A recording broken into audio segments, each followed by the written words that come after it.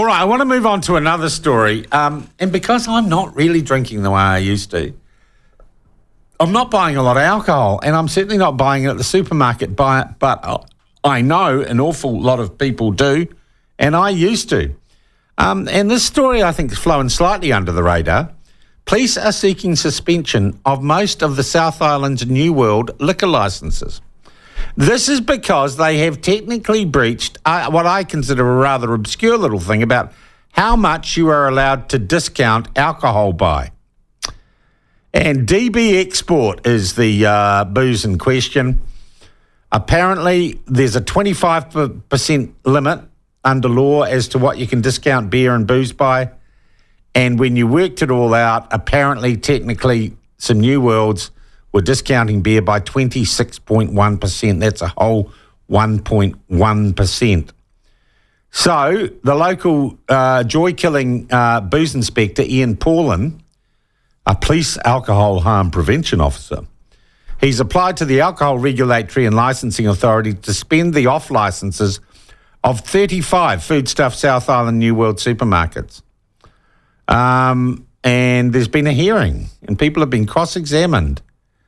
And a lot of the shop owners, the New World owners, said, look, we've got 1,800, 2,000 products on our shelves, and we won't make one little boo-boo, and suddenly they're reaching for the regulatory sort of stick.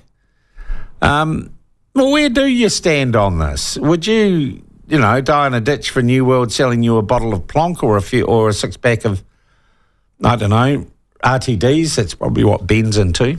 And what does it mean for consumers? Well, to find out a little bit more about that, we're joined by the Chief Executive Officer of Consumer New Zealand, John Duffy. John, welcome to the program. Thank you for joining us. Morning, Sean. Is this unusual that 35 en masse, 35 organisations might lose a licence to sell a product or the ability to sell a product? Yeah, the scale of this is pretty big, but I guess we have to look at where the alleged offending occurred, and that occurred across all of those stores. This was a kind of chain-wide promotion.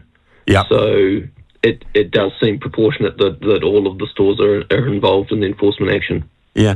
It would seem to me, though, and I didn't sit in on the hearings, though, John, someone has made a clerical error. They obviously don't, as individual stores, do the discounting. That's all. There's a memo that goes out to everyone. They all did it. They didn't think about it. It doesn't seem to me like there was an intent to breach the Act. It was more incompetence. Look, it's definitely incompetence. I'd absolutely agree with that. But there is a pattern of behaviour here, particularly with foodstuff supermarkets. So you might recall a couple of years back, the Commerce Commission prosecuted Pack and Save Mangere, and for people who don't know, Pack and Save is part of the broader foodstuffs family of brands. And this was similar stuff. It wasn't on alcohol. Yeah. And obviously there's a separate regime that's designed to prevent the over-discounting of alcohol, which could lead to problem drinking. So that's one issue which we can put aside. But if we just look at pricing in foodstuff stores, so there was a prosecution. The owner of Pack and Save was convicted there, and in the sentencing notes, the judge noted that, as a defence, the supermarket has said, hey, we're massive. We operate at scale. You can't expect us to be across everything that we stock. Oh, so this is a stock standard kind of excuse. Well, we're too big to be absolutely across everything. And they say that in all sorts of circumstances. But in my view, that should not be an excuse for misleading consumers about the price of goods. So in that instance, the price on the shelf was different to what people were actually charged at the till. And actually in that instance, Commerce Commission investigators went in, purchased the products, said, hey, Pack and Save, you've got your pricing wrong, you better fix it, we're giving you a warning. Went back 2 weeks later and nothing had happened. And that's the kind of cavalier attitude that we see from foodstuffs supermarkets. In fact, the Commerce Commission is actively investigating over 600 complaints that we compiled from consumers. We just put a call out and said, hey, have you ever found misleading pricing at the supermarket or been charged a different price at the till to what was on the shelf. Yeah. We've got 600 complaints in, and the I Commission was is going still to ask investigating you, in general, rather than in relation to this booze, what sort of level of complaints, and we think about it's a massive number of transactions and interactions between supermarkets and consumers in New Zealand. They're probably the single largest group of transactions, apart from perhaps bank transactions. What level of complaints do you get about pricing and discounting at supermarkets?